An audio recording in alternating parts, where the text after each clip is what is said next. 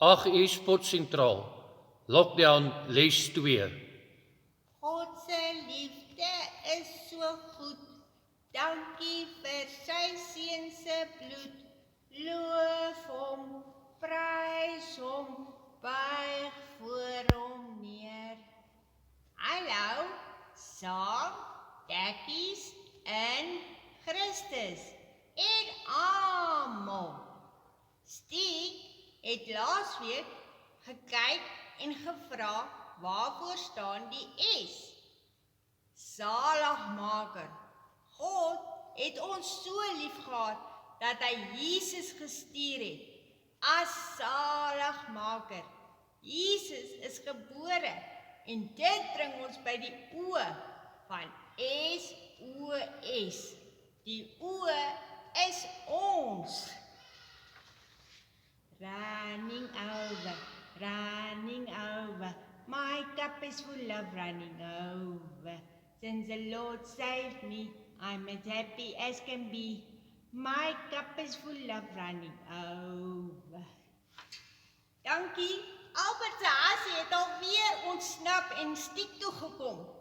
En dit bring ons by wat ek by die skatkiswinkel vandag gekry het. Stiek het 'n eier challenge met 'n twist. Kom ons sê die eier se wit stel ons as mens voor en die geel van die eier stel Jesus voor. Kom ons lees saam. Johannes 3 vers 17. Want God het sy seun in die wêreld gestuur, nie om die wêreld te veroordeel nie, maar dat die wêreld deur hom gered kan word. Jesus se kruisdood het vir ons kom wys presies hoe lief hy ons het. Jesus se liggaam is gebreek aan die kruis vir ons. En toe hy vir ons gebreek is, toe wys Jesus dat hy met ons kom meng het. Jy kan nie meer die wit en geel sien nie. Die geel en wit kan nooit weer van mekaar geskei word nie, want dit het gemeng.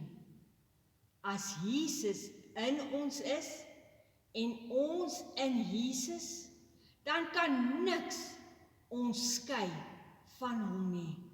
Romeine 8 vers 28 sing.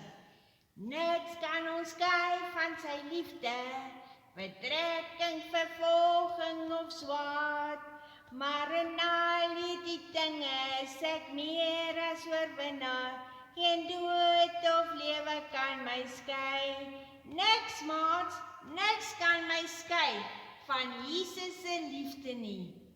Ja, Stiek, ons lees ook in Kolossense 1 vers 27, dit is Christus in ons.